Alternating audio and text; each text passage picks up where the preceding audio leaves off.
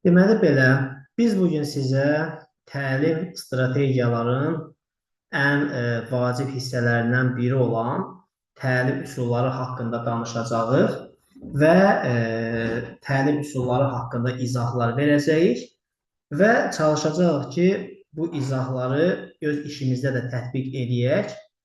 Ümumiyyətlə, çərçivə sənədində adətən hər il 18-25 təlim üsulunun adı olur. Amma biz çalışırıq ki, metodik vəsaitdə təqdim olunan bütün təlim üsullarını təqdim edək və eyni zamanda da rica edəcəyəm ki, hansı müəllimlər məktəbdə çalışırsa, həmin təlim üsullarını demək olar ki, gündəlik şəkildə özləri üçün planlasınlar və tətbiq eləsinlər ki, özü üçün təqdim etdiyiniz həmin üsullar daha çox sizin yadınızda qala bilər. Müsahibədə də siz deyəndə ki, üsul belə tətbiq olunur, qaydası belədir, onu qəbul etmirlər. Çünki real məntiqli görünmür. Deyəndə ki, mən sinifimdə bu cür edirəm, bu cür yoxladım, bu cür uğurlu oldu, real nümunə ilə təqdim edirsinizsə, o daha effektiv olur və qəbul olunan olur. Biz keçən dəfə iş formalarından danışdıq, bugün isə təlim üsullarını təqdim edəcəyik. İndi vaxtımıza uyğun olaraq neçə üsul təqdim edə bildiksə, bugün təqdim edəcəyik. Neçəsi qalsa, növbəti dərsimizə qədər təqdim edəcəyik. Deməli, ilk olaraq beyin həmləsindən danışacağıq. Beyin həmləsi üsulu, deməli, əqli hücum da adlandırılır, beyin fırtınası da adlandırılır. İngilis dilində brainstorm da adlandırılır. Yəni, İngilis dilində beyin fırtınası deməkdir o da. Beyin həmləsi necə həyata keçirilir? Bizim burada məqsədimiz ondan ibarətdir ki, sinifdə olan şagirdlərin hər birini düşündürə bilək. Ona görə fəal dərsin cəlbetmə mərhələsində bəzən demək olar ki, əksər vaxtı biz beyin həmləsindən istifadə edirik. Çünki beyin həmləsi ilə biz insanları, şagirdləri daha yaxşı düşündürə bilirik. Məsələn, bu necə ola bilər? Deyək ki, müəllim lövhədə hər hansı anlayışlar yaza bilər və şagirdə deyə bilər ki, uşaqlar, biz bu lövhədə yazılan anlayışlar haqqında nə düşünürük? Və çalışmaq lazımdır ki, uşaqların hər birinin düşüncəsini soruşa biləsiniz. Və o düşüncələr deyilə-deyilə də siz lövhədə qeyd eləməlisiniz. Cümlə və cümlə, amma orada müəllif yazmırsınız, bu cümlə filan kəsindir, bu cümlə filan kəsindir. İlk öncə onların hər birinin cavabını soruşursunuz və lövhəyə qısa-qısa qeydlər eləyirsiniz ki, sonra onu müzakirə eləyəsiniz, bu doğru fikirdir, bu yanlış fikirdir və s. Burada məsələ nədir? Öncədən şagirdləri başa salırsınız ki, burada fikriniz bizim üçün önəmlidir, səhv də ola bilər, doğru da ola bilər, əsas odur ki, bir fikriniz olsun bununla bağlı. Bəzən biz anlayışlar lövhəyə yazırıq, bəzən biz şəkillər yapışdıra bilərik, bəzən biz hekayə danışa bilərik və deyə bilərik ki, siz bu hekayə haqqında nə düşünürsünüz? Bəzən əşyanı sinifə gətirə bilərik və həmin əşyanı göstərib deyə bilərik ki, siz bunun haqqında nə düşünürsünüz? Çalışmaq lazımdır ki, beyin həmləsində ortaya qoyulan problemlər, əgər biz dərsin əvvəlindən danışırıqsa, cəlb etmədən danışırıqsa, ortaya qoyulan problem həyati əhəmiyyət daşısın. Yəni, şagirdin gündəlik həyatda gördüyü bir nümunələrdən olsun. Çünki biz burada elmi məsələ qoya bilmərik çox vaxt, əgər cəlb etmə mərhələsini təşkil ediriksə. Çünki elmi məsələ qoyanda bəlkə elmi cəhətdən dünya görüşü yaxşı olmayan şagirdlər də var sinifdə. Belə çıxır ki, onlar oyundan kənarda qalacaqlar. Bizə isə nə lazımdır? Hamını əhatə eləmək. Beyin həmləsi bir çox digər üsullarla birlikdə də həyata keçirilir. Məsələn, biz sizə qərarlar ağacını keçəndə də deyəcəyik ki, müəllim öncə beyin həmləsi eləyir, həll yollarını, analizini aparır, sonra 3 dənə həll yol seçir. Eyni zamanda digər məsələlərdə də beyin həmləsindən çox istifadə olunur. Burada bir dənə əsas məsələ odur ki, beyin həmləsi tənqidi təfəkkürü daha çox inkişaf etdirir, insanların düşünməsinə dəstək verir və ona görə də elə eləmək lazımdır ki, dəstəkləyici mühiti də qorumaq lazımdır ki, şagird rahat şəkildə fikrini bildirə bilsin. Çəkinməsin ki, birdə mənim fikrim səhv tutular, birdə müəllim deyəcək ki, sənin fikrin yararsızdır. Bu mühiti əgər qoruya bilsəz ki, hər kəs fikrini rahat şəkildə deyə bilsin, səhv də olsa, doğru da olsa deyə bilsin, o zaman beyin həmləsi effektiv alına bilər. Bu oldu bizim üsullarımızdan biri. Siz materialı oxuyanda xüsusilə şagirddə formalaşdırılan bacarıqlarda diqqət edəsiniz. Çünki testə düşəndə bəzən bu bacarıqları yazır və deyir ki, bu bacarıqlar hansı üsula uyğun gəlir. Gəldi növbəti üsula, Venn və ya Euler-Venn diaqramı. Ümumiyyətlə, Venn diaqramı bizim yeni təhsil sisteminə lap əvvəldən daxil olan üsullardan biridir. Yəqin ki, hamımız bilirik ki, Venn diaqramında iç-içə çəkilən dairələrdən söhbət gedir. İkili diaqram var, deyək ki, üçlü Euler-Venn diaqram var. Əsas məsələ odur ki, məsələn, bu şəkildə gördüyümüzdə göy tərəfdə, deməli, obyektlərdən ancaq birinə aid olan cəhət, bənövşəyi tərəfdə isə ikinci obyektə yalnız aid olan cəhətlər, ortadakı kəsişmə yeri isə hər iki obyektə aid olan cəhətlər qeyd olunur. İndi biz bunu oxşar fərqli cəhətlərin tapılması kimi düşünə bilərik. Eyni zamanda da belə bir dənə qayda var ki, Venn diaqramı təlim üsulu köhnə biliklərlə yeni bilikləri əlaqələndirən təlim üsuludur. Məsələn, müəllim deyək ki, sifət nitq hissəsini keçir və dərsin sonunda uşaqlara başa salmaq istəyir ki, sifətlə əvvəl keçilən deyək ki, isim arasında oxşar fərqli cəhətlər nələrdir? Müəllim Venn diaqramı çəkir, bir tərəfə isim yazır, bir tərəfə sifət yazır və əlaqəni qorumağa, əlaqəni nümayiş etdirməyə çalışır. Ona görə də əvvəlki biliyi ilə yeni biliyi əlaqələndirmək söhbəti gələndə də biz yenə Venn diaqramını seçirik. Bəs şagirddə hansı bacarıqları formalaşdırır? Biliklərin aktuallaşması, təhlil bacarığının inkişafı, dəyərləndirmə bacarığının inkişafı, əsaslandırma bacarığının inkişafı.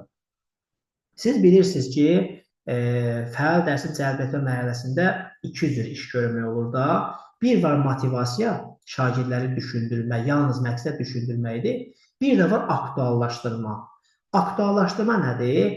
Əvvəl keçilən hansısa bilik bacarıqları şagirdin yadına salırıq ki, bugünkü dərsimizdə həmin bacarıqlar daha çox köməkçi ola bilərlər. O mənada motivasiya yerini aktuallaşma tutur. Aktuallaşma işlərində Venn diaqramı ilə dərsin əvvəlində həyata keçirmək əla alınır.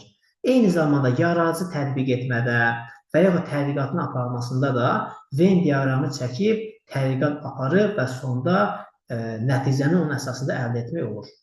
Bu oldu Venn diaqramı haqqında. Gəldik növbəti üsulların birinə. Mən çalışacağam ki, bunu sadə şəkildə izah edeyim.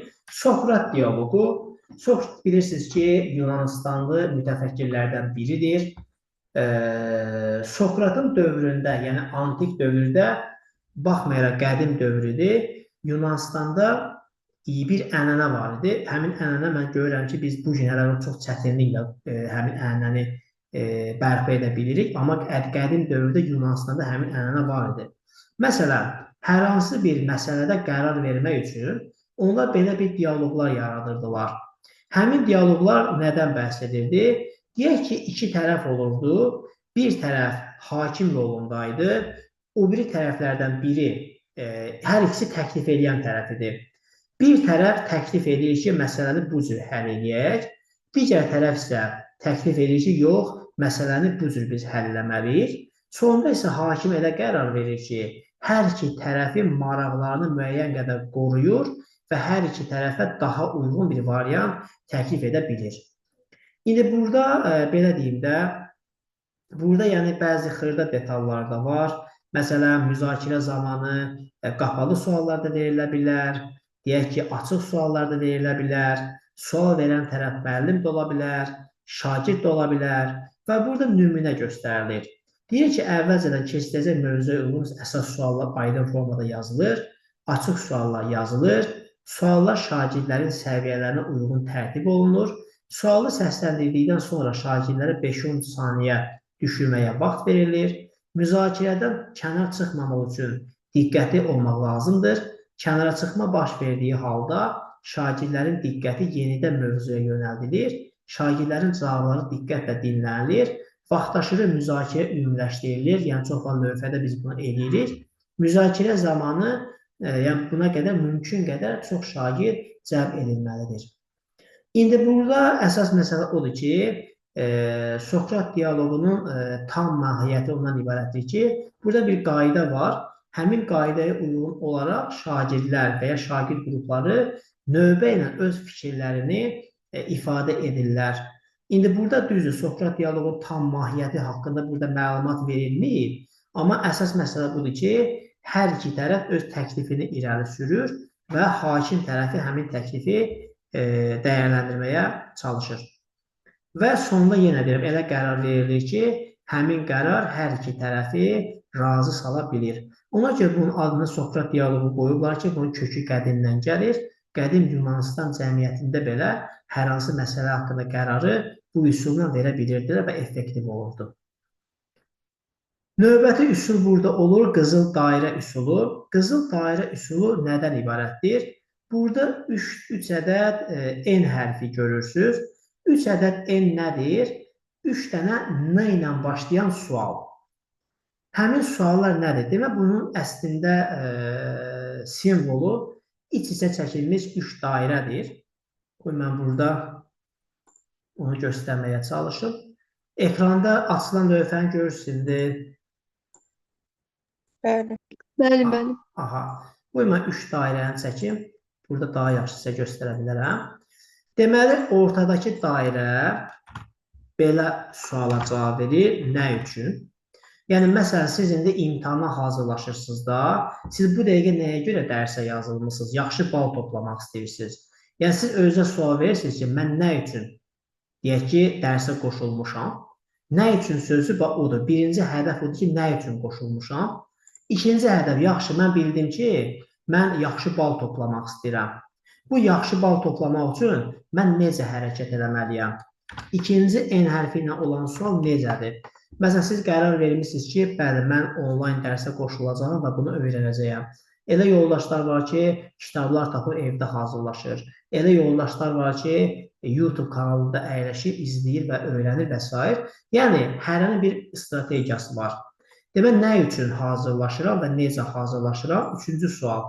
Mən bildim ki, bu qayda ilə, bu strategiya ilə hazırlaşacağım. Bəs bunun üçün mənə nələr lazımdır?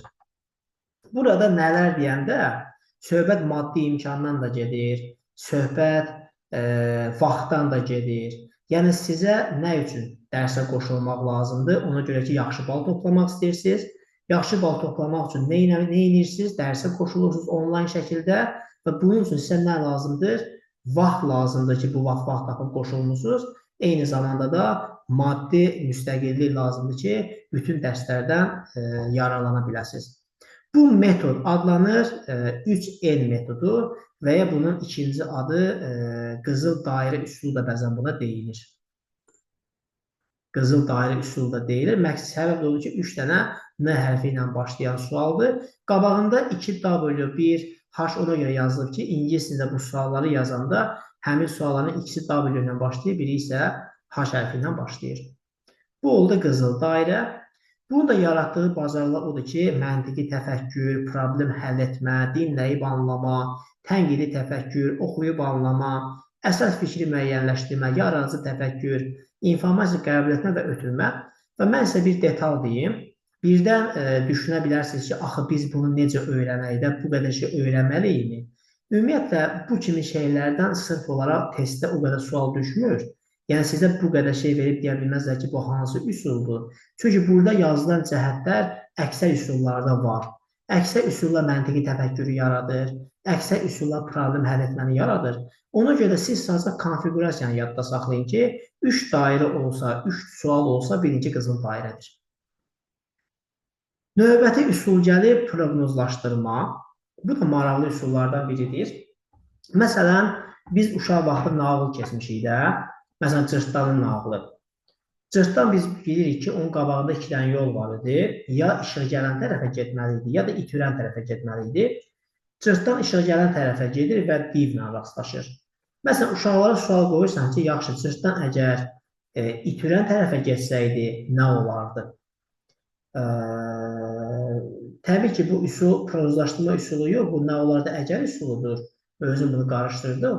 Prozlaşdırma üsulunda isə çox vaxt hekayənin sonunu sən prozlaşdırırsan. Məsələn, müəllim hekayənin əvvəlini deyir, hekayənin sonunu prozlaşdırırsan ki, bu hekayə nədən bəhs edə bilir? Özüm bunu bəzən nə olardı əgərlə qarışdırıram, amma bunlar bir-birinə oxşamır əslində çox da.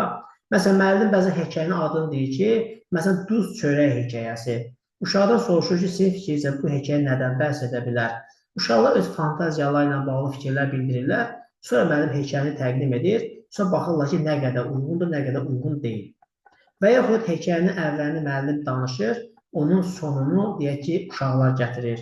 Prozlaşdırırlar ki, bunun sonu necə bitə bilər. Elə ki, ssenari dəyişə bilər. Yenə burada da belə deyim də, yazım dil və ədəbiyyat dərsində daha çox istifadə olunur. Amma bu bütün fənlərə aid ola bilər. Yəni, müəllimin yaradıcılığından asılıdır. Ziqzaq üsuluna gəldim. Ziqzaq üsulu haqqında qoy mən bura keçid edeyim. Ekran görürsünüz. Bəli, mən gördüm. Aha. Diqqətli olun, bu maraqlı üsuldur. Amma bəzi müəllimlər bir qədər bunun mürəkkəbliyindən şikayət edir, amma çətin bir şey yoxdur. Deyək ki, biz bilirik ki, kurikulumda evə tapşırıq vermək, yəni tapşırıq vermək olar, amma evdə get mövzu öyrən, belə bir şey tapşırığı yoxdur. Yəni, evdə get bunu öyrənmək üçün danışarsan, belə bir şey kurikulumda yoxdur. Kurikulum sistemində yeni dərs həmin gün öyrədilməlidir. Köhnə dərs dünən öyrədilib, təzə dərs bugün öyrədilib, yeni dərs, sabahki dərsdə sabah öyrədiləcək. Yoxsa bunu gəl evdə öyrən, sabah gəl mənim üçün danış söhbəti yoxdur. Yaxşı, bəzən olur ki, deyək ki, müəllim görür ki, onun keçəcəyi mövzu çox genişdir. Axı, evə də verə bilmir tapşırığı, mövzunu evə verə bilmir ki, ged evdə öyrən. Bəs bu zaman müəllim nə etməlidir? Geniş mövzunu qısa zamanda öyrətmək üçün ziqzaq üsulundan istifadə edir. Ziqzaq. Aha. Ziqzaq üsulu necə həyata keçirilir? Müəllim öncə evdə planlaşdırır ki, deyək ki, mən bu dərsi neçə hissəyə bölə bilərəm. Bu hissələrə bölünməlidir. Hissələrə bölünmək üçün, məsəl üçün, deyim ki, müəllim evdə fikirləşdi, deyək ki, 4 dənə hissəyə böldü. Bu hissələri də yazın. Birinci hissə, ikinci hissə, üçüncü hissə, dördüncü hissə. İndi ya bu hissələri bir-bir ayrıca kağıza yazıb ayırır, ya da ki, yaxşı olar ki, bu kitabın bu səhifəsini printerdən kopya eləyir, səhifənin kopyasını çıxarandan sonra isə həmin səhifəni qayçı ilə, o kopya kağızı qayçı ilə kəsib 4 dənə hissə yaradır. Sonra bunu səliqəli şəkildə sumkasına qoyur və məktəbə gələndə gətirir. Deyək ki, sinifdə deyək ki, 20 nəfər şagird var. Mən biraz bunu tünd rəngdə eləyim. Sinifdə 20 nəfər şagird var. Ekran görürsünüzmü? Bəli. Bəli. Mən 20 nəfər üçün bunu deyirəm, sonra birazdan deyərəm ki, 21 nəfər olanda bəs nə eləyəcəyik? Amma ilk öncə 20 nəfər üçün biz bunu qeyd eləyək. Deməz, evdə müəllim tapşırığı 4 hissəyə bölür. Burada məqsəd odur ki, bu 20 nəfəri birinci elə bölsün ki, hər qrupda 4 nəfər olsun. Demək ki, burada 5 dənə qrup yaranacaq. Bəs bu qrupları böləndə nə etmək lazımdır? Mən çox vaxt meyvə adlarından istifadə edirəm. Məsələn, evdə kartçika düzəldirəm. Alma kartçikası, armud, heyva, nar, deyək ki, bir dənə də limon. Demək, 5 dənə kartçika düzəltmişəm. Hərəsindən 4 ədəddir. Mən bu kartçikaları şagirdlərə paylayıram. Və sonra deyirəm, uşaqlar, kimdə alma kartçikasıdırsa, onlar gəlsinlər bir qrupda yığışsınlar. Demək, almada neçə nəfər olacaq? 4 nəfər olacaq. 1, 2, 3, 4. Bəs armudda neçə nəfər olacaq? Armudda da 4 nəfərdir. Heyvada da 4 nəfərdir. Buraya qədər aydındır.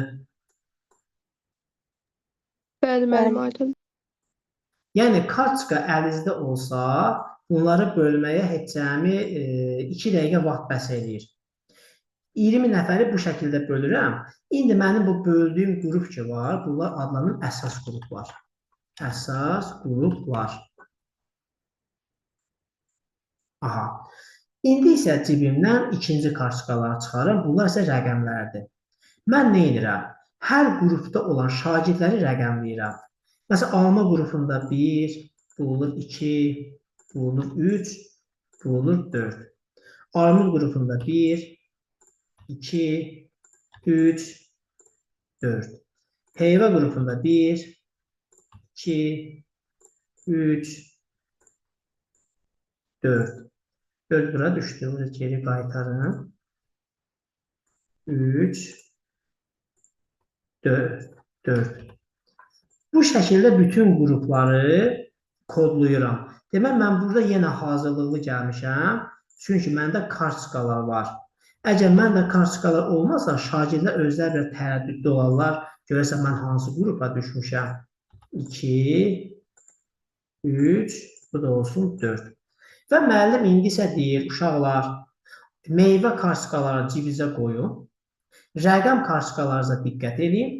Kimdə eyni rəqəmdirsə, həmin şagirdlər bir qrupa keçsinlər. Demək, nə baş verir? Almada da, armudda da, heyvada da, narda da, limonda da. Neçə nəfər biri var? 5 nəfər biri var. Mən onların hamısını yığıram və burada əmələ gətirirəm bir qrupunu. Eyni zamanda deyək ki, 2 qrupun yaradıram, 3 qrupun yaradıram, 4 qrupun yaradıram. Deməli, bu oldu 2, bu oldu 3, bu da oldu 4. Deməli, hər qrupda olan birləri bura yığmışam. Demək, 5 dənə 1 olacaq, 5 dənə qrup var axı. Hər birində olan 2-ləri bura yığmışam, 3-lər bura, 4-lər bura. Buna deyilir ekspert qruplar. Burada izahat baxmayın, uzun çəkdi. Əgər sizdə kartçkalar hazır varsa, buna cəmi 2 dəqiqə bəs eləyir bu mərhələyə gəlib çatmaq üçün dərsdə. Müəllim sumkada evdə kəsdiyi hissələr var deyə həmin hissələri götürür. Birinci hissəni birinci qrupa verir. İkinci hissəni, bax, birinci hissəni birinci qrupa verir. İkinci hissəni ikinci qrupa verir. Üçüncü hissəni 3-ə verir, dördüncü hissəni 4-ə verir. Və deyir, sizə 10 dəqiqə vaxt verirəm, hər bir hissə ona verilən, hər bir qrup ona verilən hissəni mükəmməl şəkildə öyrənsin. Hətta yaxınlaşıb onlara yol da göstərə bilir ki, buna diqqət edin, ona diqqət edin və s. Elə ki, vaxt qutardı, müəllim təzədən həmin kağızları onlardan yığır və deyir, indi isə qayıdın öz əvvəlki qruplarınıza. Deməli, birlər hər qrupda var. Paylayırlar, hər qrupa gedirlər. İkilər paylanırlar, hər qrupa gedirlər. Üçlər də, dördlər də. İndi nə baş verir? Müəllim indi onlara tapşırıq verir ki, bayaq öyrəndiyiz hissəni dostlarınıza öyrədin, dostlardan da onların hissəsini öyrənin. Deməli, bir nömrəli adam alma qrupunda öz hissəsini 2-yə, 4-ə, 3-ə öyrədəcək. 2 nömrəli adam öz hissəsini 1-ə, 3-ə, 4-ə öyrədəcək. 4 nömrəli adam da həmçinin digərlərini öyrədəcək. Bu şəkildə bütün qruplarda bir hissə özünün hissəsini digər dostlarına öyrənəcək və digər dostlarının hissəsini isə onlardan öyrənəcək. Ona görə deyirlər ki, ziqzaq üsulu baxmayaraq 1-45 dəqiqəni tamamilə aparır. Ən effektiv öyrənmə həyata keçirilir. Edgar Dale piramidasına görə 90% öyrənmə həyata keçirilir. Bəs müəllim bunu necə yoxlayır? Müəllim gəlir dərsin sonlarına yaxın, təbii ki, o nəzarəti ilə dərs gedir. Məsələn, nar qrupunda 4-cü adamdan 2-nin hissəsini soruşur. Görmək istəyir ki, baxın, 2 öyrədə bilibmi 4-ə? Və yaxud 2 3-ə öyrədə bilibmi? 2 1-ə öyrədə bilibmi? Bəzən nə baş verir? Bəzən görür ki, müəllim məsəl üçün də heyva qrupunda birinci adam məsələn öz hissəsini digər dostlarına öyrədə bilməyib. Bu zaman belə bir dənə qayda var. Müəllim yerindən xahiş edə bilər. Birlər təzədən yığışıb gəlib ona kömək edə bilər. Yəni məqsəd odur ki, müəllim bunlara öyrətmir, şagirdlər bir-birinə öyrədir. Və ona görə də baxın bu belə qıraqda mürəkkəb görünə bilər, amma sadə üsuldur, maraqlı üsuldur. Yəni bu dərsdə artıq mərhələlər olmur, müəllim elə 45 dəqiqəni buna həsr edir. Əsas hədəf bir dənə bundan ibarətdir ki, mövzu genişdir. Biz onu qısa zamanda, yəni 1:45 dəqiqədə öyrədə bilək. Bu oldu ziqzaq üsulu. Aydın oldu mu üsul?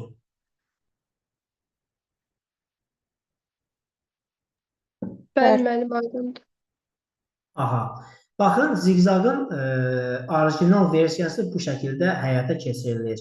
Sadəcə və sadəcə əlinizdə kartçıqalar olsun. Mən burada meyvə adları demişəm. Məsələn, deyək ki, siz texnologiya müəllimi varsa burada məsəl üçün, o texnologiyaya aid terminlər istifadə edə bilər. Riyaziyyat müəllimi riyaziyyata aid terminlər istifadə edə bilər. Amma çalışın ki, birincini rəqəmli verməyin. Çünki sonra ikinciyə rəqəmlə bölünəndə qarışa bilər. Bir dəfə burada rəqəmlə bölək, sonra təzədən yenə rəqəm verək, o qarışa bilər və şagirdlərdə çaşqınlıq yarada bilər. Əgər kartlar düzəltməsəz nə baş verəcək? Uşaqlar ekspert qrupuna, əsas qrupa qaydanda bir də görərsiniz ki, alma qrupunda 1 nəfər var, heyva qrupunda 7 nəfər var. Çünki onlar bəzən qaydanda yerləri qarışdıra bilirlər. Onlara kartlar verəndə öncədən öz kartlarına bir pasport kimi yanaşırlar və sonradan yenə həmin yerə qayıda bilirlər. Gəldik növbəti üsula. Bizim növbəti üsulumuz deməli, düzdür, kitabda ziqzaq haqqında verib, amma biraz mürəkkəb şəkildə verilib. Hətta qısa verilib, yəni izah biraz qəribə çıxır burada. Biz geniş şəkildə izah etməyə çalışdıq. Sonra burada var əşya və hadisələrin müxtəlif nöqteyi nəzərdən baxılması. Yəni bir hadisə və yaxud bir əşya təsvir olunur. Çalışılır ki, hadisələr daha çox önəm verilsin və orada belə deyim də müxtəlif simulyasiyalar qoyulur, müxtəlif düşünmə tərzi qoyulur, yanaşma tərzi qoyulur. Məsələn, burada nümunə göstərilir ki, şagirdlərə bir situasiya verilir və müxtəlif aspektdə məsələyə baxmaq tapşırılır. Məsələn, yağış yağır hadisəsi müxtəlif cür qiymətləndirilə bilər. Məsələn, taksi sürücüsü sevinir, çünki müştərisi çox olacaq. Pessimistlər kədərlənir, çünki havanın tutqun olması onlarda bədbinlik yaradır. Çətir satanlar sevinir, çünki müştərilər çox olacaq. Piyadalar kədərlənir, çünki yağışda islanırlar. Elə ki, bu şagirddə nə yaradır? Şagirddə vəziyyəti qiymətləndirmə bacarığı yaradır. Şagird düşünə-düşünə elə bil ki, empatiya da yaranır. Təkcə öz baxış uzağından yox, ümumiyyətlə hər kəs tərəfindən hadisəyə baxa bilir. Növbəti üsulumuz gedir auksion üsulu. Auksion yəqin ki, görmüsünüz, kinolarda hərrazlar olur. Düzdür, biz sinifdə hərraz aparmırıq, söhbət satışdan getmir. Amma auksion üsulu necə həyata keçirilə bilər? Mən bir nümunə sizə deyəcəyəm. İlk öncə deyim ki, auksion üsulu növbə mədəniyyəti yaradır. Şagirdlər bir-birini gözləmək üçün mədəniyyət yaradır. Məsələn, müəllim deyir ki, uşaqlar, gələn dəfə biz atalar sözlərindən ibarət oyun keçirəcəyik. Çoxlu atalar sözləri öyrənib gəlin. Uşaqlar gəlir sinifə, dərs vaxtı, müəllim deyir ki, bəli, biz oyunu oynayacaq. Bizim oyun üsulumuzun adı auksion oyunudur və hər bir şagirdin sırasını təqdim edir ki, birinci sən, sonra sən, sonra sən, hər öz növbəsini bilsin və oyun başlayır. Müəllim 5-ə qədər sayır, mən 5-ə qədər simvolik deyirəm. Müəyyən sinifin səviyyəsindən və tapşırıqdan asılıdır. Deyək ki, mən 5-ə qədər sayıram. Bu 5 saniyə ərzində növbə kimdədirsə, o mənə bir atalar sözü deməlidir. Deməsə, oyundan çıxır.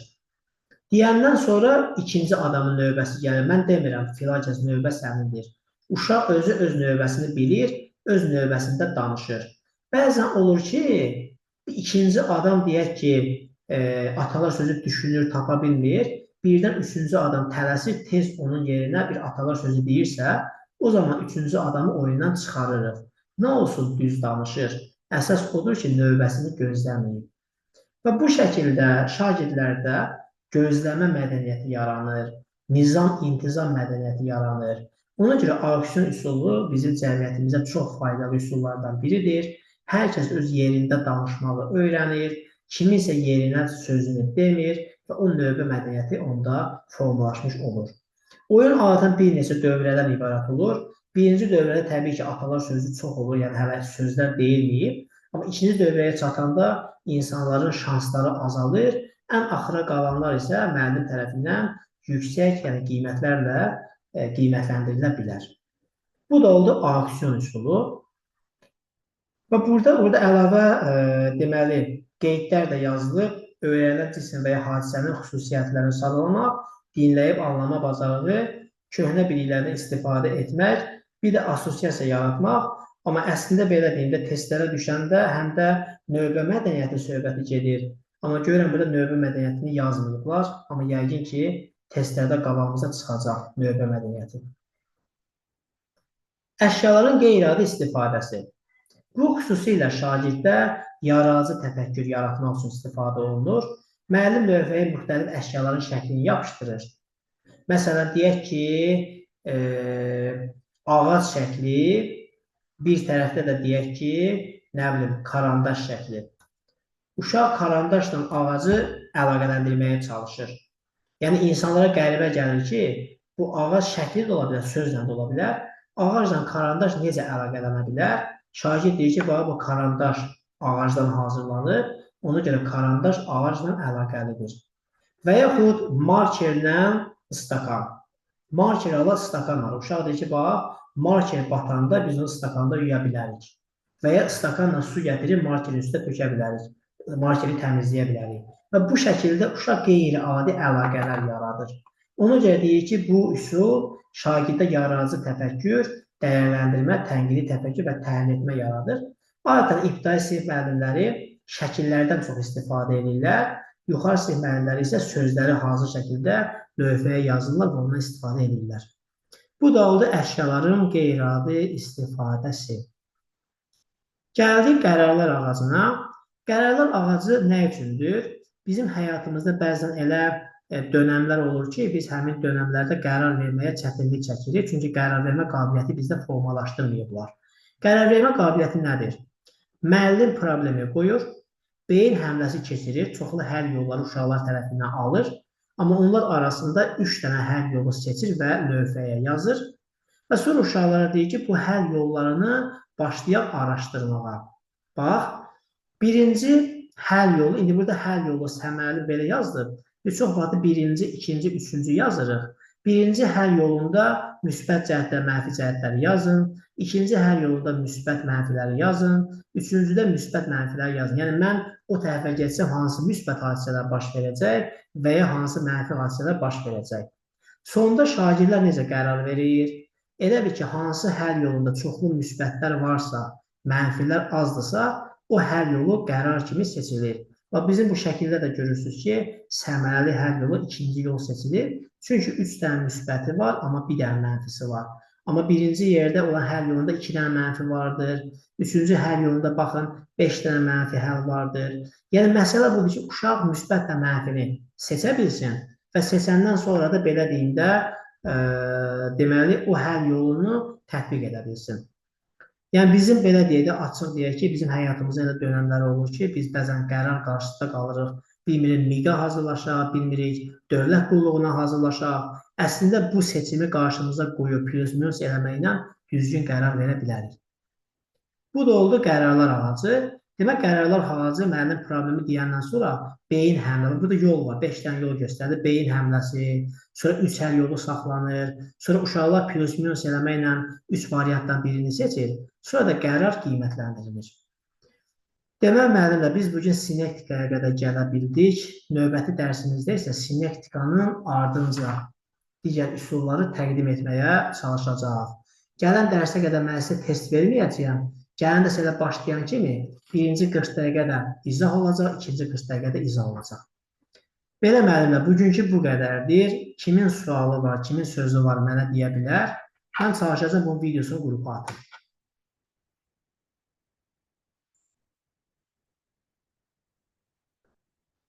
Buyurun müəllimlər, kimin sözü var, kimə aydın olmadı bugünkülər?